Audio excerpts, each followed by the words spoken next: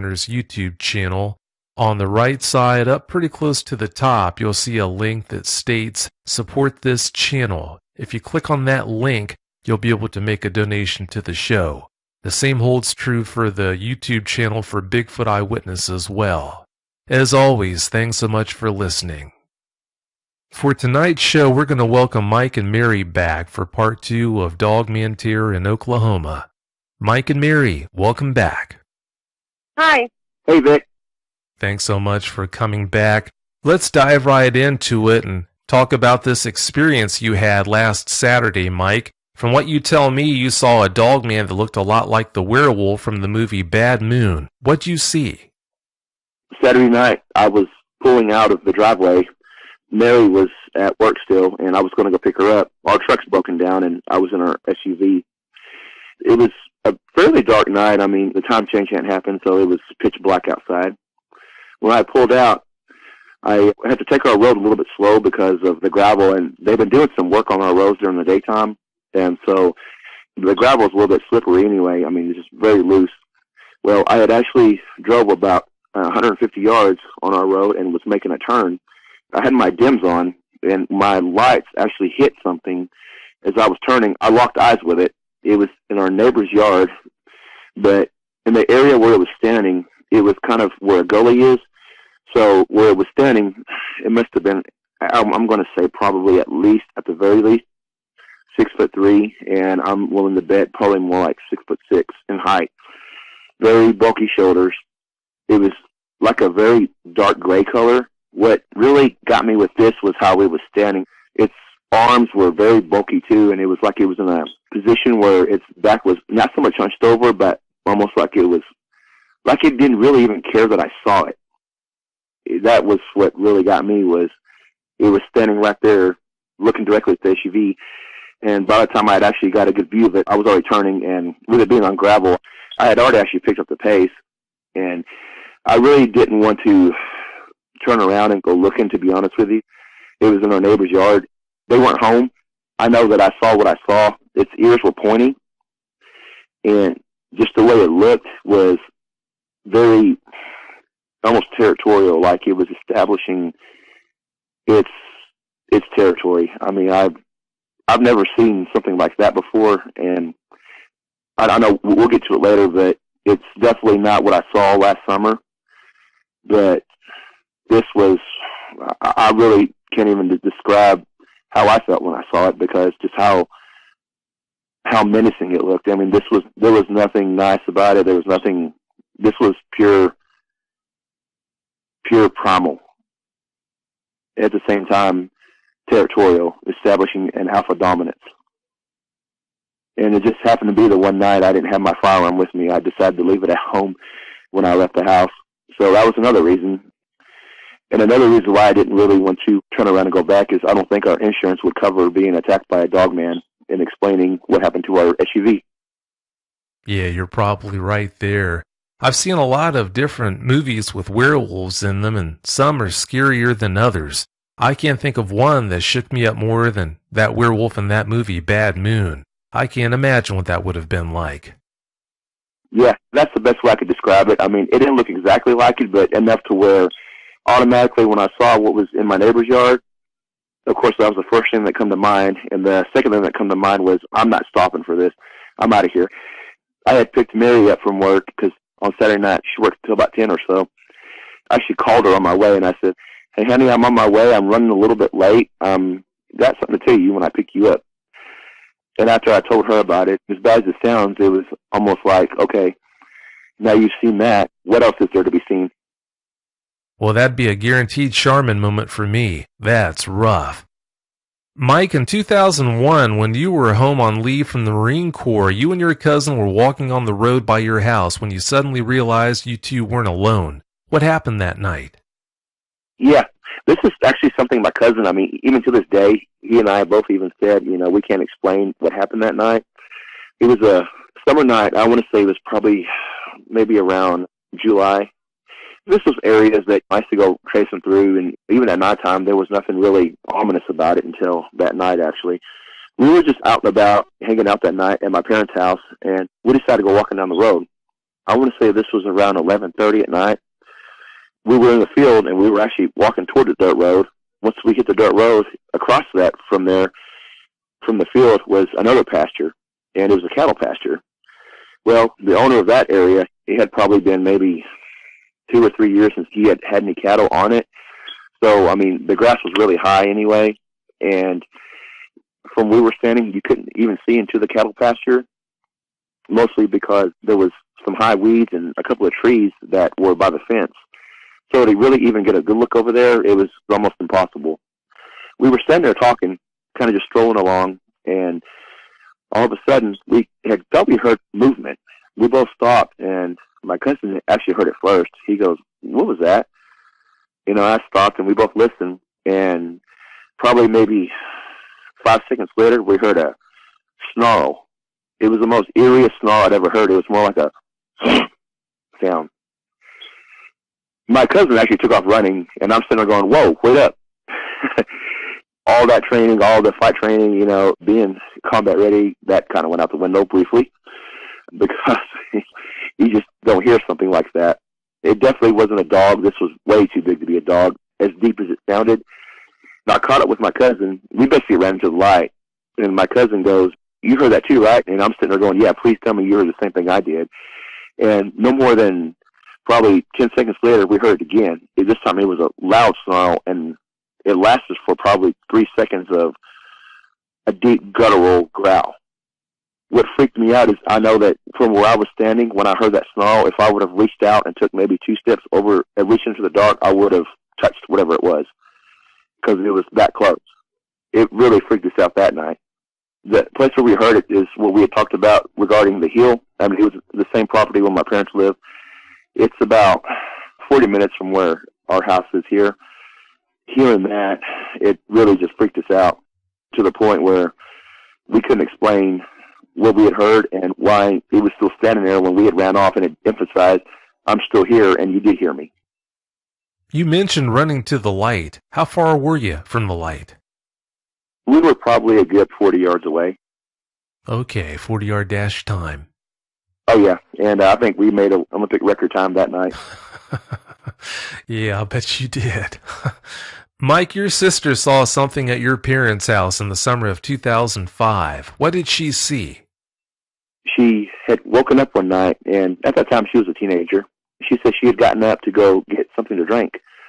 She was walking in the dark, and right when she walked from the hallway into the living room, when you turn on your left, there's a big bay window that goes into our backyard. Our yard light covers a lot of that area. So if you see something back there, even at night, I mean, it's going to be very visible. She wasn't asleep because she kept late hours at that time, too. She said that when she walked toward the kitchen table, she looked out the window and saw what she described as a wolf standing on twos. What was really peculiar about this was she said that it was smelling a punching bag. What she was talking about was I had a punching bag in the backyard, probably a good 30 yards from that kitchen window.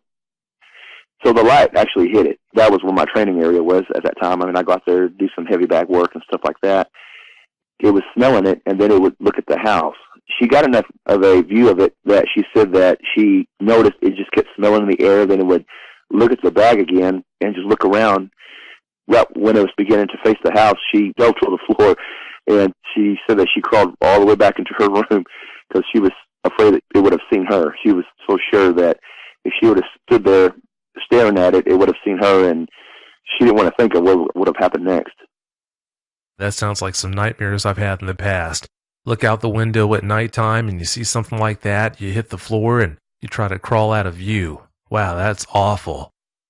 Do you have wolves in your neighborhood? What I'm thinking here is there any chance that a wolf could have gone up to that bag, stood up on its back legs, and been what was sniffing that bag that night?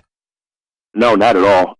That night in particular, what she had seen, the way she described it was very comfortable standing, and she said how its posture was and the way its shoulders was. She goes, it was obviously very comfortable standing on two legs. That was just one encounter of what she had seen, and the way she had described it that night was there's no way. And the next day I went up there and I measured in height.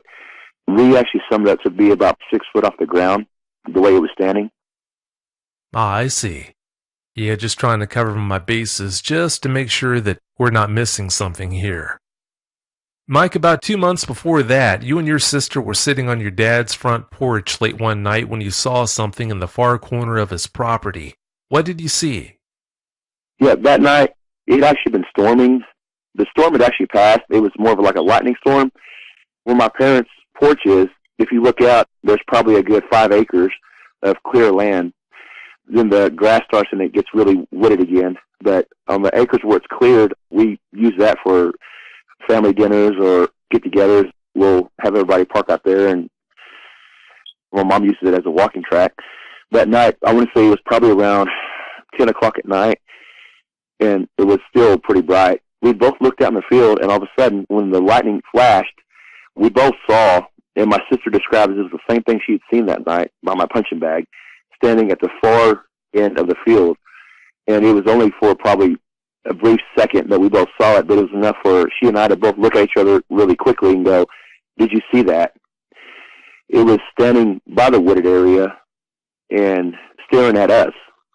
I jumped up and I said, "What in the world is that?" My dad had walked out, and he had asked what we had seen, and we told him. My dad's a big gun fan, being in Oklahoma and everything.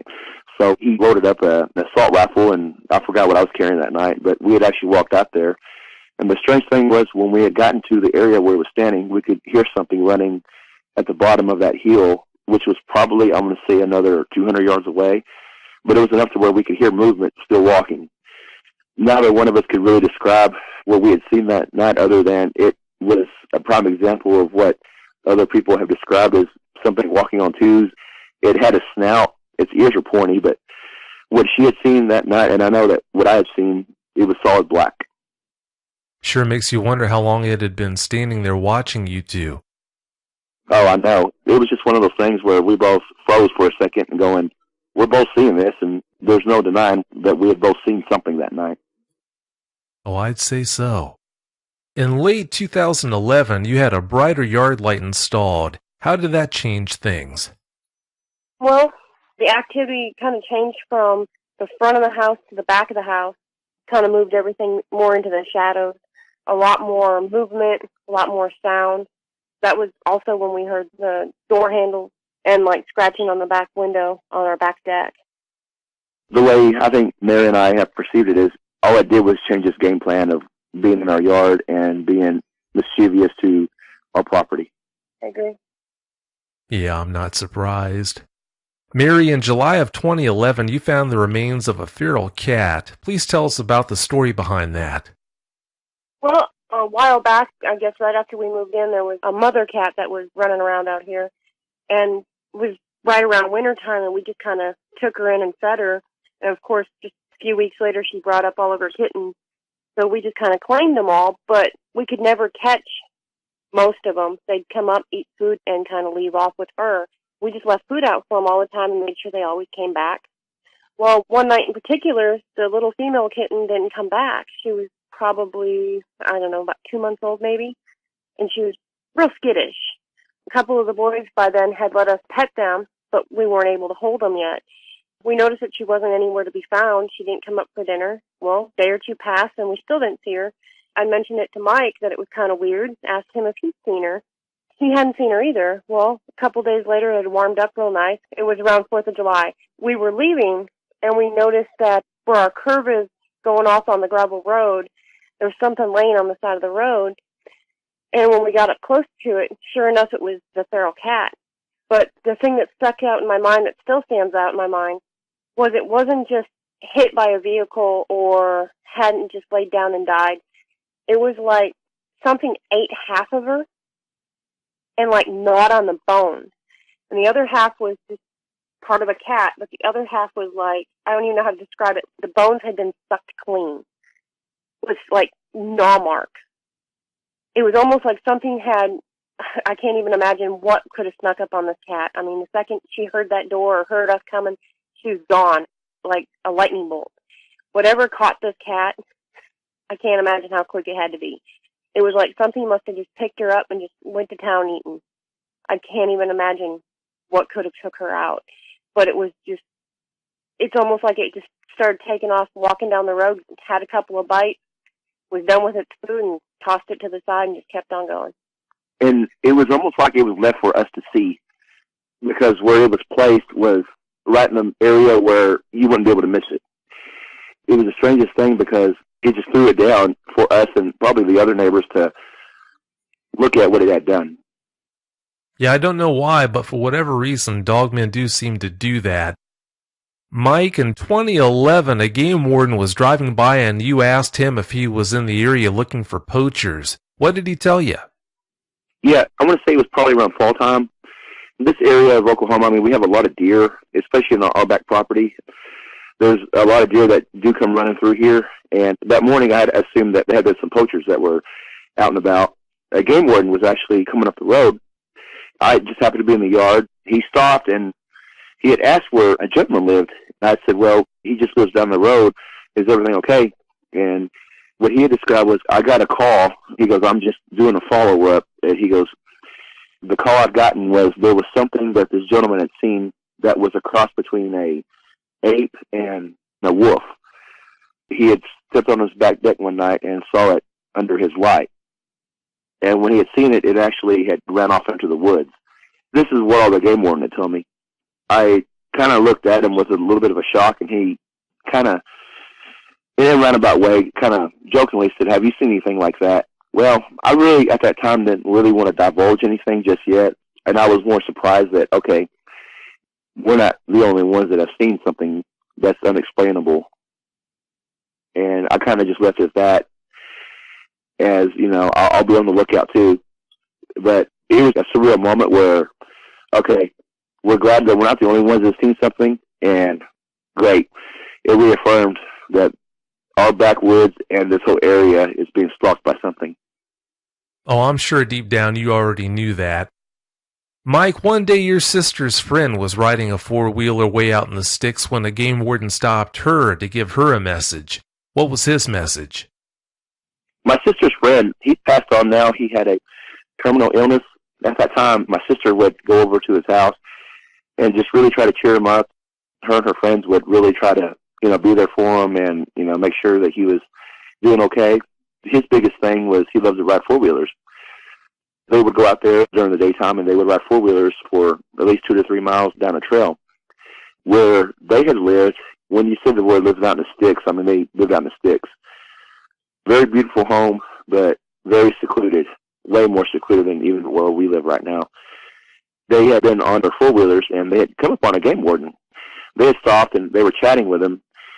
He had told them that whenever they do go out and about, don't go alone, and if possible, try to be armed, which really kind of shocked my sister. So she asked him, have you seen anything? I mean, is there anything that you've seen? And the way he had described it was he was setting out trail cameras, and something behind them walked across the field, probably not very far away. Yeah, it wasn't very far away. And if I remember correctly, I want to say maybe no more than probably 40 feet away. What he had told my sister and her friends was, do not come out here by yourself at any cost, and definitely don't come out here at night because there's something in these woods that's not safe. My encounter with the game warden, he's kind of skeptical, but whoever my sister had talked to, he was very forthcoming as far as do not come out here at night. And if you do, make sure that you've got some friends with you and don't stay out here. Yeah, it does sound like he was taking it a lot more serious than that first game warden that you talked about talking with. Without a doubt. Yeah, I'd say so. Mary, please tell us about the neighbor who's installed an electric fence around his property. Well, there's a neighbor down the road from us, not too far. We run by his house sometimes when we're out jogging. He's an older native man. He has a couple of dogs. We had been out jogging in the summer, and we had noticed that it was really peculiar around his house. The dogs were running loose, and they'd come out to the road and kind of say hi, but they always stayed in their yard. But around his whole house, it's fenced off with electric fence. We just thought it was really strange. We just kind of noted it between the two of us and kind of forgot about it. Well, as the summer went on, we just kept running up and down this hill, and the one day we happened to run by, he happened to be out in his yard getting his mail. My husband had stopped and talked to him, and him being native, they kind of had something to talk about right off the bat. My husband just kind of smiled at me and asked, "Hey, have you seen anything weird around here? Have you had anything weird happen?" And he just got real quiet, and the color kind of drained from his face. He just looked at my husband like, "Why did you ask me that?" Like he was not mad, but extremely annoyed. And he looked at me and looked at the ground, and then he got about 2 steps closer to my husband and was like, "I don't like talking about stuff like that. I don't feel comfortable." And he's like, "But I can tell you what comes through my property I've seen, and I'm doing everything in my power to keep it away from my house. It likes to look in windows. It likes to get a little too close for comfort, and it cuts across my yard and heads towards your property." And he goes, "I think it's coming or going to the river." He goes, "But it gets my dogs all freaked out, and the dogs will hide underneath the car." And he's like, "They're no good. They don't protect me. They go and run and hide." He's like, "But I don't want to say too much and then encourage him to come and freak me out because I'm already freaked out. It's broad daylight, and I'm watching my back in my front yard." He's like, "But some of the native stories are the more you talk about this, the more you encourage these things to be seen, the more you encourage it to come mess with you. And it's better, even if you have seen it, not to acknowledge that you've seen it, but to pretend and keep on going." His tribe in particular believes that the more you talk about it, the more you encourage it to mess with you, or the more you encourage it to visit you, whether it's a good visit or a bad visit. My husband, he's more of a, if you see it, you see it. It is what it is. It's not going to come just because you talked about it. It's not going to come because you didn't. It's here for whatever purpose, and we still don't know what that purpose is, obviously. But he got real nervous, and he went from having 3 strands of electric fence to having about 6. It's something that boggles the mind.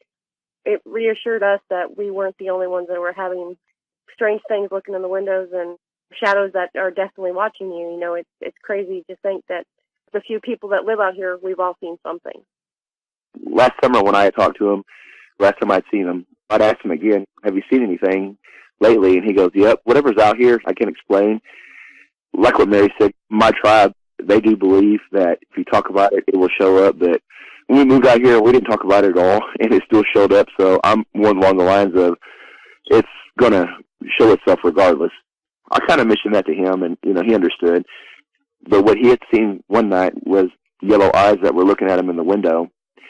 Reaffirmed what he had said of when he got his fence, when he had added 6 strands to it, is I'm going to need something bigger because whatever this is actually leaping over the fence. The way his house is reinforced now, he's definitely taking precautions to get something. Well, I can understand that. With the way these things seem to enjoy terrorizing people, it sure does make you wonder why they do the things that they do. Yeah, exactly. I think for the most part he lives alone. Every now and then I'll see a car in his yard, but he kind of keeps to himself. But for someone to take that many precautions that he has, and also I'm sure that the stuff we've done, there's no doubt that there's something that we've all seen out here. Oh, I'd say so. Mike, in 2012, you put up trip lines outside your house and had an interesting result. Please tell us about that. Yeah, it was in 2012. I had actually ran some trip lines that ran behind the house that led up to our back deck. They were pretty strong, too. Very hard to see even during daytime. If you weren't paying attention, you were going to have a fall. I had put up some that probably stretched around maybe 20 yards. So whatever direction it was coming from, it couldn't get to our back deck so easily. I had put it out that afternoon, and that very same night, Mary and I were watching TV. I want to say it was probably maybe around 10 or 10:30. We had heard a boom sound. I looked at Mary and I go, "Did you hear that?" And it was from the same area where I put the trip line. And all of a sudden we had heard like a rustling sound, and all of a sudden another boom sound, like it had fell into the house. And we heard a snarl, and then we heard another thumping, and then a growl. Like whatever it was got tripped up and stumbled into another line and was tangled up in it. When we heard that sent chills up our spines, because at the same time we're sitting there going, well, that worked. The next day, after we had heard that, we didn't hear anything the rest of the night other than that snarl, and it got really quiet after that. But I went and checked it the next day, and the lines were tore to shreds. I mean, something obviously had tripped over them. And the way I set those lines up, I mean, if one person would have fell on it, that would have been one thing. But the way this was, one of the lines that was looped through a tree was actually tore out of it. So it had a lot of power, whatever it was, and definitely caught it off guard because the snarl and the growling sound was like a frustration. When we both look back on it now, it was a matter of that did work, but of course it only kept it away for another night before everything kind of resumed its creepiness again. Did you ever have any second thoughts about doing that and possibly angering it? Yes and no. I looked at it as just an early warning sign, hearing that, because any warning sign we could get when it's that close, we prefer to have. And as far as angering it goes, I really think that the amount of anger that it's had toward us from the time we've moved out here, it's been no different. If it's going to come after us, it's going to come after us regardless. We were just looking at it, we want to take precautions as we'll know when it's close. I can understand that. Mary, in winter of 2012, you were having a bad winter storm. Both of you were heading to bed when something scary happened. What happened that night? Yeah, we had decided we were going to go to bed. I went to switch the laundry in the laundry room, right off the living room, from the washer to the dryer. My kid went off to bed, and I'd made one trip into the living room with some clothes and was going to fold them in the morning, and I went back into the laundry room. It was really windy. It was real cold. We'd had a really almost freakish thunderstorm that winter, and it was just real loud, lots of thunder, lots of lightning. It was just pouring, really, really, really heavy. I'd gotten the last load of laundry and put into the dryer, and it just started the dryer up when I just heard this incredible roar. I don't know how else to describe it. It was just like a roar. It was the cross between like a guttural growl, something really, really deep, and frustration. It was like something was incredibly pissed off, but at the same time, very, very much frustrated. It scared me. I jumped right into the washer and just kind of made a big bang and then like hit the door as I was running out to find Mike. And it was like, you're never going to believe what I just heard. And he was like, there's no way you didn't just hear that. Well, I walked back out there when he's getting up from, he's already in bed. I'm walking back out there to just kind of pinpoint exactly where I heard it.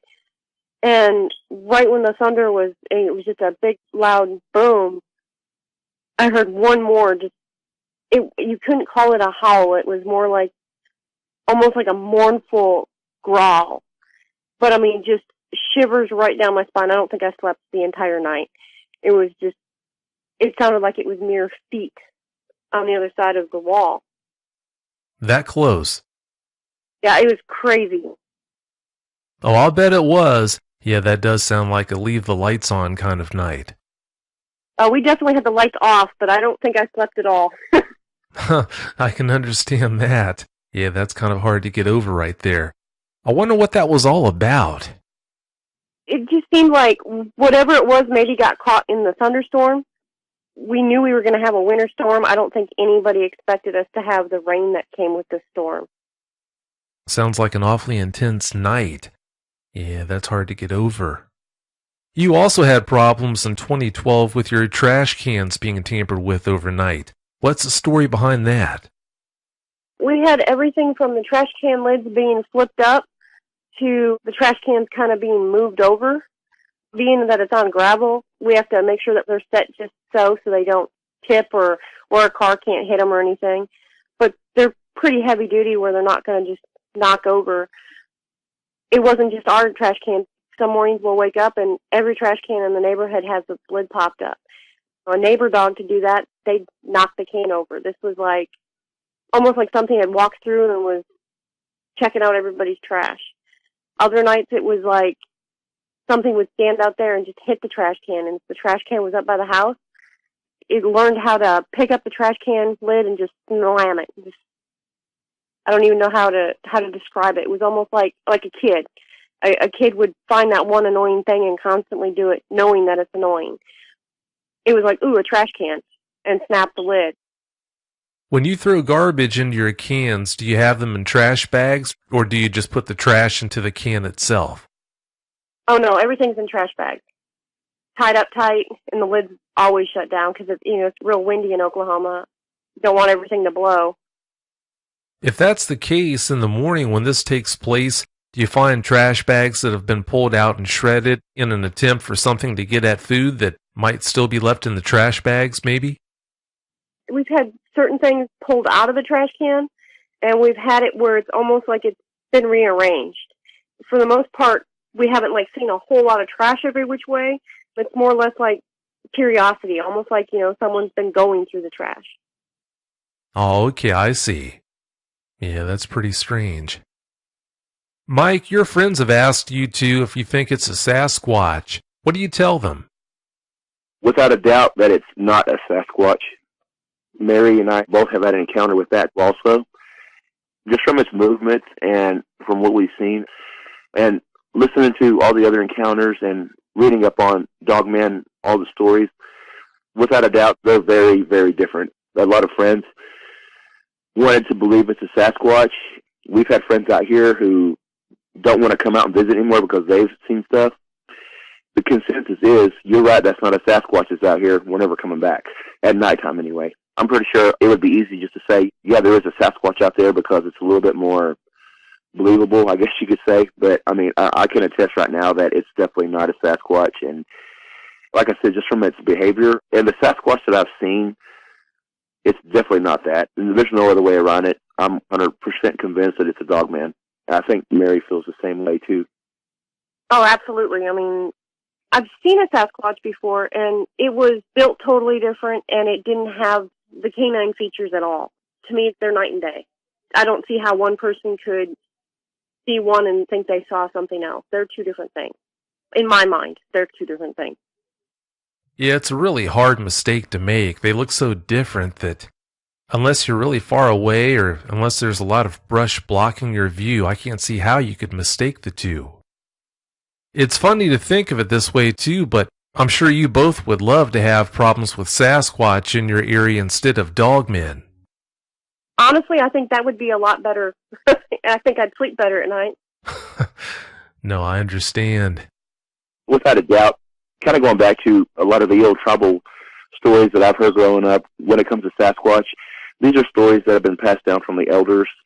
Don't go looking for it because it doesn't want to be found. But at the same time, if you do see it, don't bother it because it's not going to hurt you. It's doing its own thing, so don't go try to cross its path or be a threat to it, which is the complete opposite of the Dogman, because I feel like the Dogman's demeanor, at least out here anyway, it's very ominous and its behavior is so unpredictable. Yeah, they do seem to be polar opposites as far as attitude goes. Is it true that 3 to 4 of your neighbors have been chased off by the strange activity in your neighborhood? Yeah, absolutely. We had the first lady who had left after her Pyrenee was attacked and killed. Not too shortly after they'd moved, a couple lived just kitty corner across the road from us, and they were only out here for a couple of months.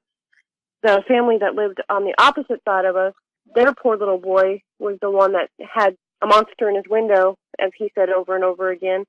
My own opinion is that the parents, one of them had seen something, because it wasn't too long after we'd been told about the little boy having seen a monster that they packed up and they'd left as well.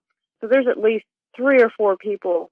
2 of them had small kids and 2 of them had dogs. It was kind of weird that they just moved in, seemed happy, and a couple months later they're gone. I wonder if all this activity has been taking place throughout the years, stretching way back, or maybe it wasn't until just recently when all this started, maybe right before you moved in. You talked about having to cut your own lot out and everything, but I'm sure there were houses in the area before that. Well, it's kind of funny you say that, because the paved road that we live off of, there's houses on there that have been there for, I bet you, 50 years. But where we are, we're cut back quite a bit into the woods. We're brand new. We've been out here, I think the oldest property out here is 7 years old. So all of this is brand new. This very well could have been, I guess, something's territory, or something could have lived here, I guess, is possible. All of our houses kind of got moved out here within, months or, a year or so of each other. One day there wasn't people out here. Fast forward a year and there's 20 families. It just seems like it is possible that something could have been here. It seems unlikely that it would still be here after so much growth and so many families have moved in and haven't left. Despite the other ones that have been here and have already gone, obviously there's enough of us that are staying. You think it would get the point. We're here now. Yeah, you would think it would get the point, but maybe they're hard-headed. That is a really unsettling idea that might have been their territory before all the houses went up. It's a good thought to think about. Definitely something that we've thought about in the last few years. Maybe something was here. Maybe something did think this was its forest before the trees were cut down and houses were built. It sure could be. Yeah, it sure does make you wonder. In 2013, you heard a loud boom on the north side of your house after hearing something walking out there. What did you find when you investigated it the next morning? We were getting ready for bed, and I want to say this was probably around maybe 12:30 or 1 in the morning. We heard a loud boom sound, and once again, almost like a low growl, but there was nothing else that happened that night. And we had actually sat up and listened for a little bit. But at first we thought, okay, maybe something had actually hit the side of the house and was trying to scare us again. That night we had thought that maybe something had hit the house, but there was nothing else. And that was very peculiar because any other time it would make a noise and then we would either lead up to something louder or we would go outside, and there's been times where I've fired a round off in the air just to see what would happen. But that night in particular, there was nothing else. Like I said, we heard that low growl after we thought it hit the house. The next morning, Mary went to work, and I decided, well, I'm going to go out back and see if I can find anything. When I went behind the house, there was a dead possum there.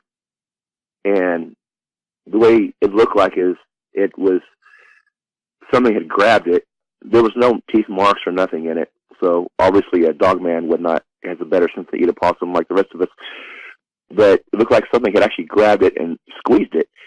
And you could actually see where it actually hit the side of our house and bounced off and was laying on the ground. It had obviously been dead for at least 16 hours. No matter how many times I hear something like this happening, it's still just so hard to understand. Yeah, and in 2011, when we found the feral cat on the side of the road, I feel like it was placed there for us to see, and this was the same thing with this possum. It wanted our attention that night, and it knew obviously we would be out there to go investigate the next day. That's another thing that I think sent a chill at both our spines was it threw that possum at our house, knowing we would see it and knowing it was letting us know it was still around. They knew how to get a reaction out of people. Mike, around 3:30 a.m. in June of 2015, you woke up to find your dog barking at something outside. What did you find out? That night, we had been asleep for at least maybe 3 hours. Where our dog's house is, it's pretty close to our window, and this is actually something that's really bothered me the most, aside from what I saw that Saturday. But that night in June, we'd been asleep. Where I lay, all I have to do is look up, and there's the blinds right above me. So I've actually got a good view of the road from where I lay in bed. That night, our dog, he was barking, and the way he was barking was different. He's the type of dog, if he sees something, he'll bark, but other than that, he's really kind of a quiet dog. But that night in particular, his bark, it was very... I've never even heard him bark since then like that, but it was more like, get away, get out of this yard, you're not welcome here. Just how I felt his bark was. I peered out the window, and that's when I'd actually seen what I thought at first was a timber wolf. And before I go any further, I want to say that I made sure I was fully awake before I even looked out. I just thought, okay, I'm awake now. There was a very ominous feeling that I felt when I first woke up anyway, just from hearing him bark. So I made sure that whatever I was going to see, there was no, oh, I was having a dream, or, I just thought I saw something. I wanted to make sure if I'm going to see something, I'm looking directly at it. And that's when I had actually peered out the window, and what I thought at first was a really, really massive timber wolf. It wasn't near my dog. It was actually pretty close to the road, and from where I was laying, it was actually directly across from me. And from where our window is to the road, it's probably, I want to say, about 30 yards, and it was in the light. I actually saw this dog man, because there's no other way around it. It was definitely a dog man, or something that's definitely very unfamiliar to the skeptics would make a skeptic believe that night. It must, I want to guess it probably weighed around 250 pounds. I mean, it was massive. It was solid black, and its ears were sticking up, and it was panting. Not so much like it was thirsty, but like how a dog is more curious and it'll just look around, but it's still kind of panting a little bit.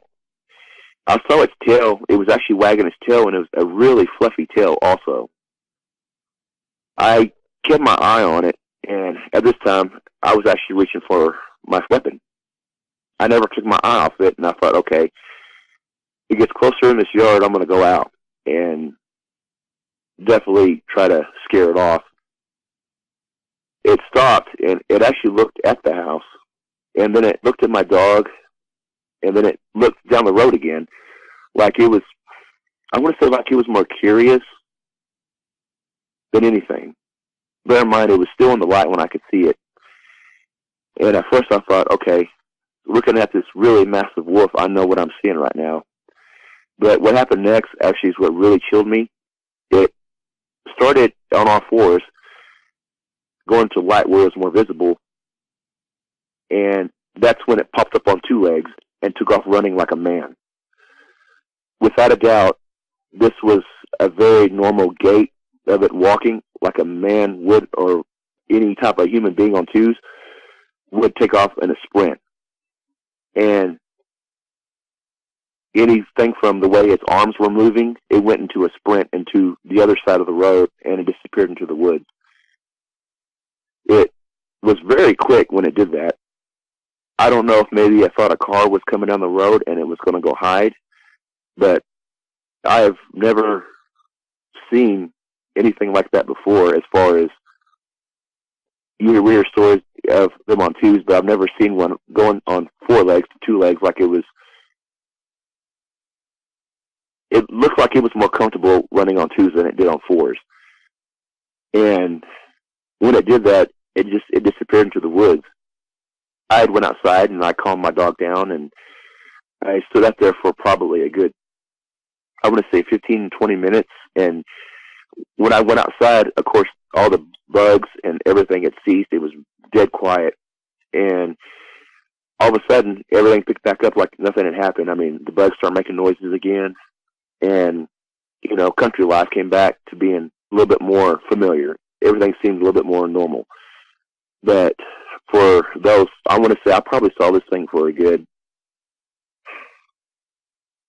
I'd say maybe 30 seconds of staring at it. I don't think it knew I was up, but the way its head was moving when I first did see it, I mean, I could even see its teeth. Its teeth weren't bared as in trying to scare my dog. Like I said, it was more panting. I don't know what provoked it to actually pop up on twos like that, but the way it did it was when it was on all four legs, it's like it pushed itself up and then straightened itself up and then took off running. And when it did, it almost kind of had like a slouch where it was leaning forward.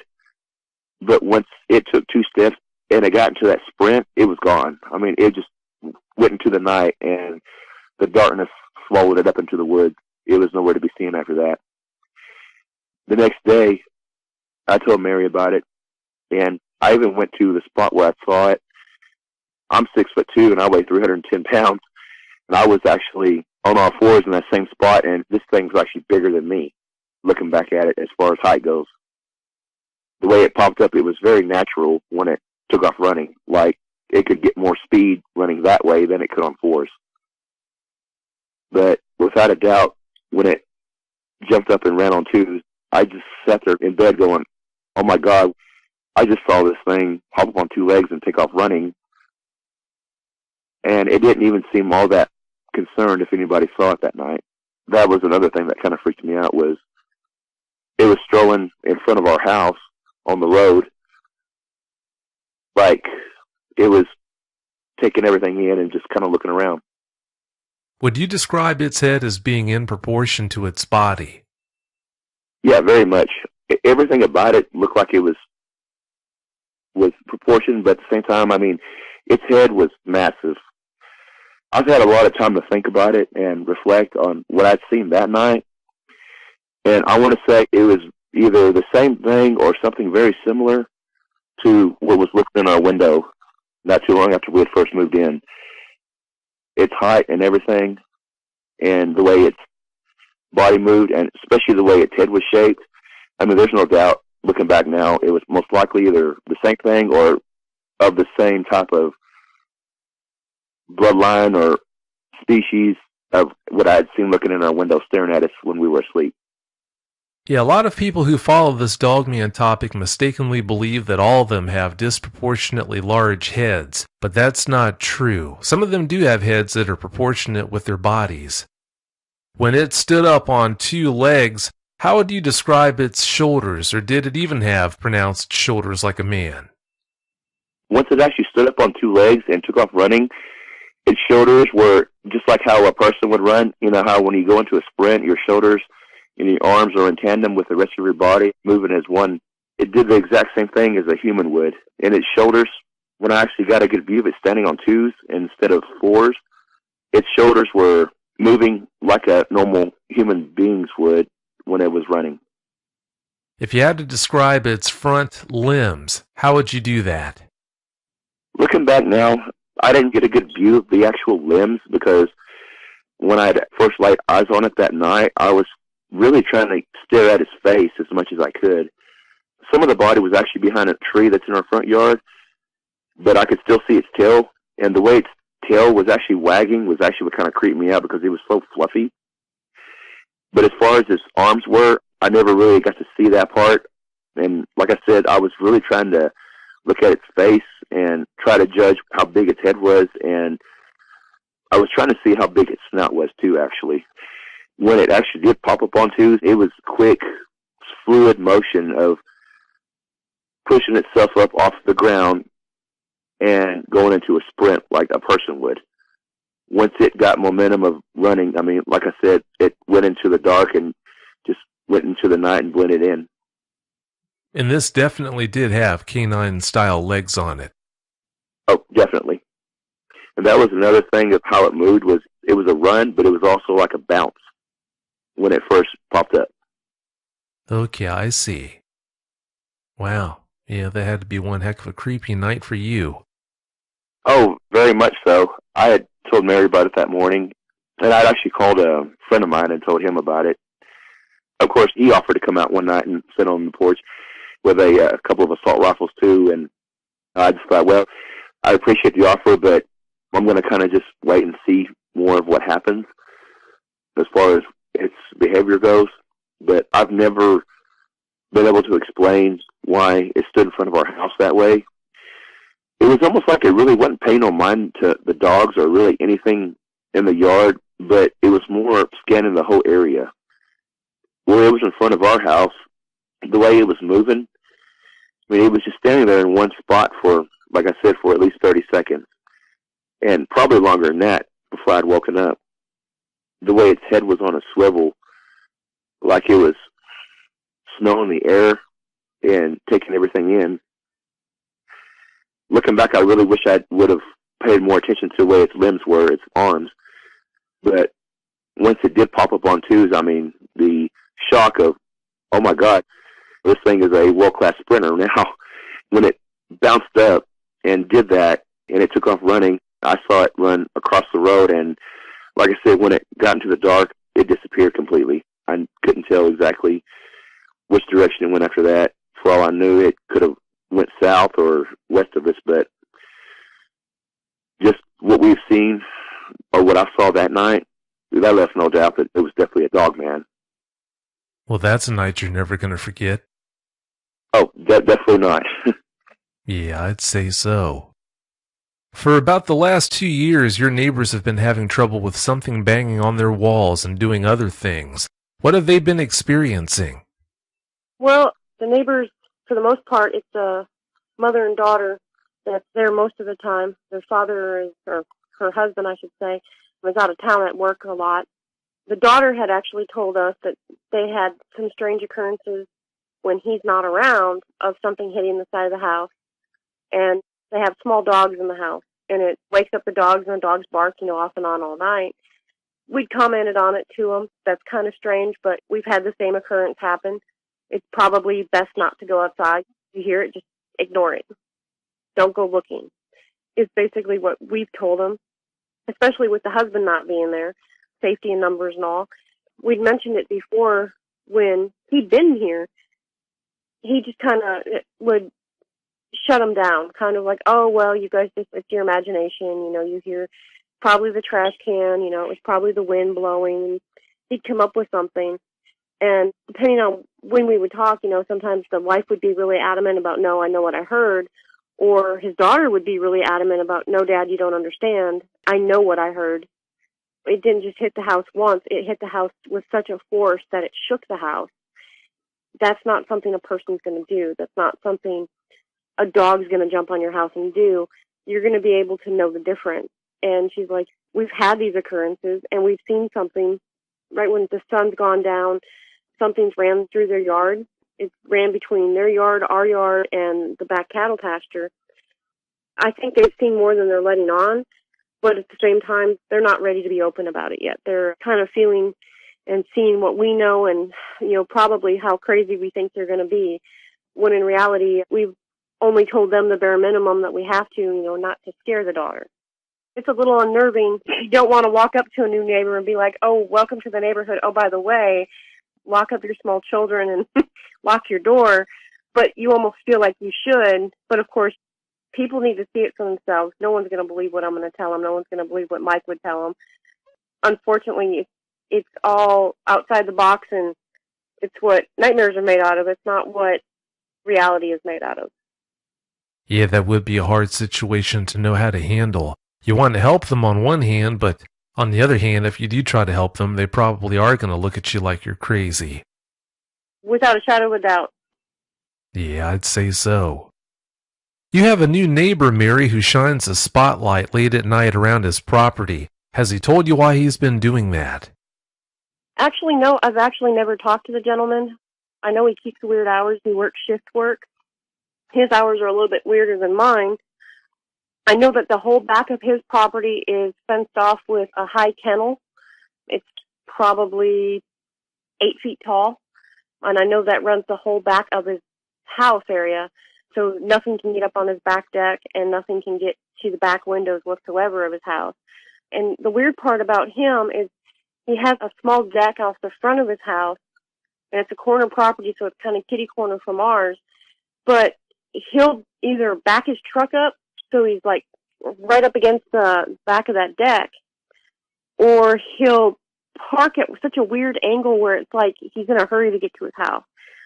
There's no rhyme or reason to it. It's just a very odd behavior, but numerous times he'll wake up our dogs, and our dogs will just start barking, and you'll hear it. You'll wake up and you'll look outside, and it could be 4 o'clock in the morning. It could be midnight, and he's out there with a spotlight, spotlighting his whole front yard, where his vehicle is, right up to low-hanging limbs in his backyard.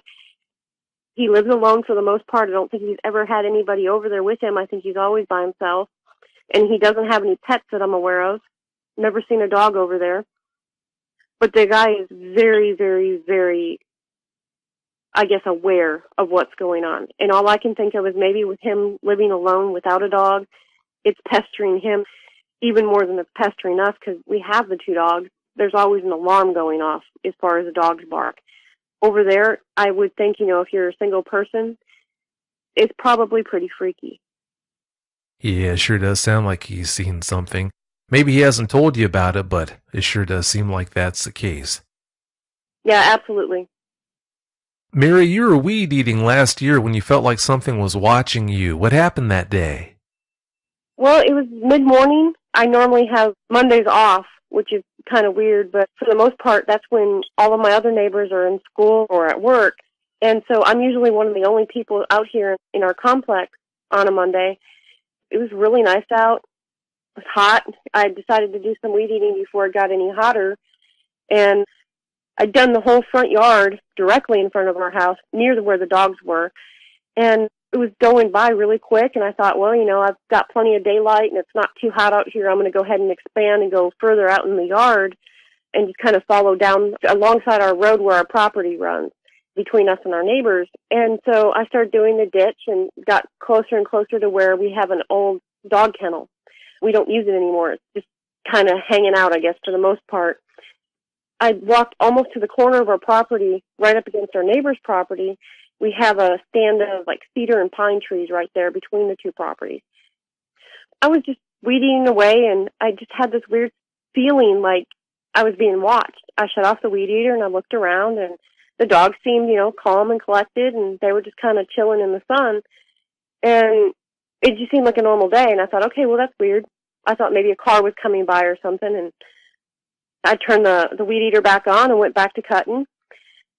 I'd probably been out there a good 10, 15 minutes, and I felt it again. It was just like something wasn't right. And I shut the weed eater down and kind of looked around and picked up some sticks and got them out of my way and was kind of scanning the yard kind of nonchalantly. I didn't want to draw attention to myself because I was a pretty good distance from the house at that point. About this point, I noticed that my dog had been laying there just kind of chilling, and now he was sitting up and he was intently watching me. And I thought, well, that's kind of strange. He pretty much just had been ignoring me the whole time I was out there. I continued. I went a little bit further than I probably should have went. I went towards those pine trees and was getting in the corner between the pine trees and where this dog kennel is, and that would have been about the middle range of our yard from the house. I'm over there trimming some more, and I thought for sure I heard a big growl. It was real deep, but it was faint. It happened really, really fast. I just kind of looked around and was like, I really didn't hear that, did I? And I'm like thinking to myself, it's broad daylight. There's no way. I trimmed a little bit further, and I started backing up away from these pine trees and started, nonchalantly kind of backing up. I wasn't trying to make it obvious. I was trying to make it very, very much not, I guess, depictive of what I was doing.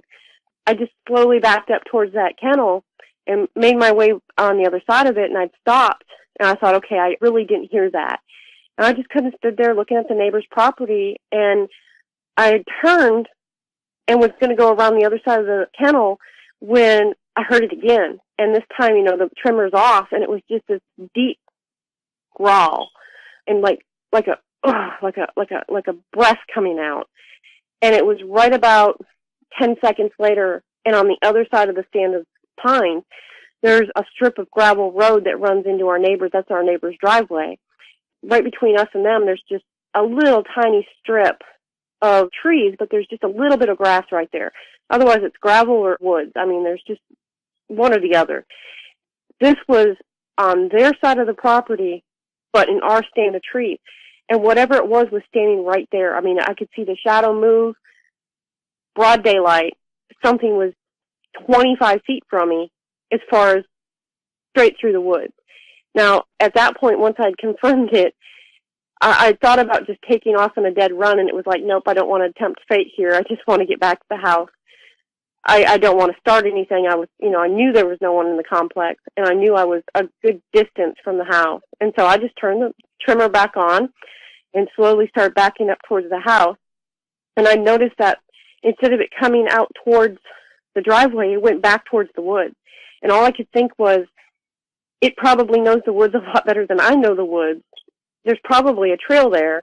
To me, it would have made more sense to go around on the gravel and come across on the road if it was coming towards me. It was just that much more creepier that it went back into the woods and I could hear it. I could hear whatever it was, just big, heavy steps. And I thought, okay, that's it. I backed up as far as I could, and I just kind of pretended I was trimming, left it on, and just made a beeline for the house. And I got about probably a good 30 feet from the house, and the dog started barking.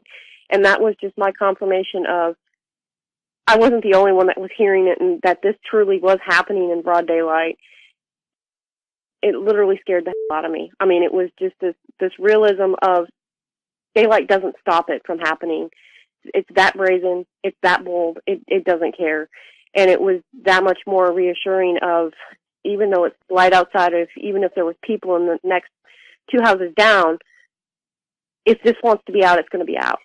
And it just brought that reassuring fact of, even in the daylight, you out here, you have to be aware of your surroundings. And I took that for granted. I never should have been out there as far as I was by myself. I remember going in the house and making sure the doors were locked and the windows were shut, and waiting for Mike to get off work so I could, just tell him the crazy day I had. And I remember I called him. I was like, "You're never going to believe this."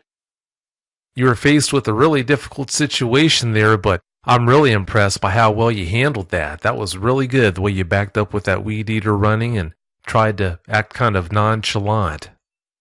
I definitely didn't want to bring any attention to myself. I felt like I was already being watched, and I don't even know if watched is the word. It was like something was intently watching, or even maybe stalking. I don't know. It was way too creepy for my own feeling of I wasn't safe in my front yard. That's a very scary feeling, knowing that you're safer in your house and then wondering, how safe am I in here?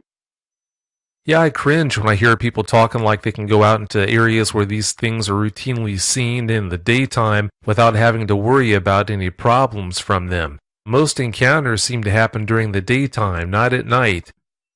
It's very surreal to know that for a fact. I mean, it's just because the sun's out doesn't mean you're safe. Yeah, it is really unsettling to think about that. Mike, one night not too long ago, you were working out with kettlebells when you got the feeling something was wrong. What happened that day?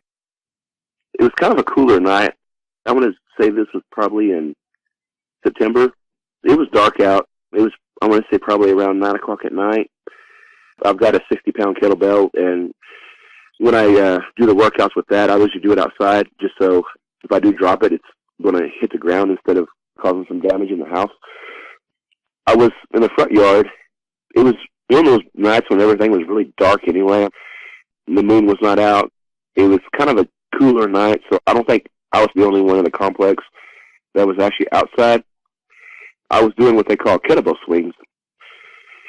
I had started doing them, and all of a sudden, my dog that's on the right side of me, he was probably a good 10 feet away. He jumps up and runs around the tree looking west toward our neighbor's house. I thought it was really strange, and when I was done doing my set, I put the bell down and looked over. He was standing very attentively looking that way. He was growling really low, but not barking. I just made a comment like, "What do you see, boy? Is there something over there?" I'd walked over there by him, and whatever he was seeing, he was very uneasy about. So I had actually walked back over to the kettlebell, and I listened for a couple of minutes, and I didn't hear anything. So I resumed working out again. It was the strangest thing because as soon as I would start working out, I could hear something getting closer, but it was such a dark night that I couldn't really see anything, but I could hear around the same spot where Mary had heard that movement. It was around the same spot where I could hear movement also coming up. I put the kettlebell down again and listened, and my dog at this time was barking, and it was more like a threatening bark. And I stood there, and the strangest thing was, it seemed like each time I would start working out, I don't know if they took it as a threat or if they took it as me trying to be dominant or just use it as a window to try and get closer, knowing I was distracted by working out. But each time I would start doing these kettlebell swings, it would get closer and closer. And that last time I put the bell down and I kind of walked out past where my dog is, I heard around the same area where Mary had heard the running, I heard something crashing through the woods again. I listened, and what was weird was, like I said, our back property where the fence is that leads into the cattle pasture, I heard that fence make a loud boom sound like something had hit it. And it's a barbed wire fence, so you could kind of hear the rattling of it, like something had leaped over it and hit it and kept going. I probably stood out there for about another, I want to say 15 to 20 minutes, and I didn't hear anything else. But just doing something as simple as working out in your front yard, and then you can't even do that. Of course, it's nighttime, and I know a lot of people are going to think it's kind of strange working out in your front yard, but for us, that's pretty normal. We do it all the time. And I don't know if I'd actually mentioned this, but back in 2011, me and a friend of mine, he's an MMA fighter, we were in the front yard doing pad work when we heard a massive, massive roar. And I also kind of wanted to piggyback off what Mary said of even during daytime, you're either going to see or hear something. How close was that roar coming from? Did you have the ability to make a guess on that? If you recall, when I mentioned about the house that's in the cul-de-sac, it was probably in that general area. That's close enough to make you pretty uncomfortable. Oh, yeah, definitely. And at that time, there were neighbors on the left side of us, and there were two guys that were in their yard. I could hear them talking, and they heard it too because I heard one of them say, "What the hell was that?" And at that same time, when me and my friend were doing some sparring in our yard, my friend stopped and turned around, and he looked at me, he goes, "What was that?" Same thing. And I go, "Well, that's just what we've gotten used to around here."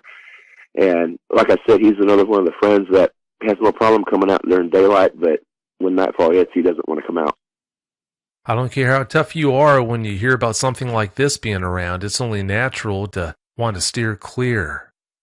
Mike, one night about 4 months ago, you heard a loud gunshot. What did you find out about that? It was actually fairly earlier in the night. I want to say this was probably around 8:30. Mary was at work. I was in the kitchen, and I was sitting at the table, and I heard this loud boom, followed by another shotgun round. And I thought, well, that's our neighbor, and it's the same neighbors that have heard something hit the side of their house. I would say probably 10 minutes later, I called him. I said, "Hey, is everything okay down there? I heard you shoot something." Like Mary said, he's gone quite a bit, so he's usually home maybe 2 nights a week. When I asked him that, he was more irritated than anything, and he goes, "Well," and this is a direct quote from him, "some was in our backyard just now." I go, "Are you serious?" I go, "Well, if that's the case, then I'm going to step on my back deck, and if he's circling around, he's probably on my property." And my neighbor goes, "No, he didn't." He goes, "He's in that back pasture. I can hear him running." I go, "Well, did you see what he looked like? What was he wearing? Give you a good description. You might want to call the sheriff's department." And my neighbor goes, "Well, that's the thing. That moron, whoever he is, he was trying to scare us. He's wearing some costume."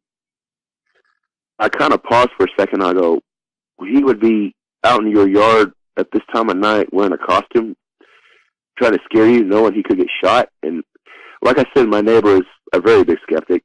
And he goes, "Yeah, he was wearing some type of costume. I never even saw the guy. All I saw was him leap over the fence." And he goes, "I didn't shoot him, but I know that I scared the crap out of him." I go, "Are you sure it was a person?" Of course, my neighbor goes, "Well, what else could it be?" But like I said, with him, he's still a big skeptic, and I'm not even sure exactly where, judging from the direction where he had actually shot at. But what he had said next was, "Well, whoever it was managed to leap over that fence like it was nothing, but I suppose if someone's coming out with a gun, you're going to move a lot quicker than you normally do." I told him, if he does come back, just be careful and keep your gun nearby. I'm going to have mine out tonight, regardless. And I go, "But are you absolutely sure this was a guy that was dressed up in a suit, as what you said?"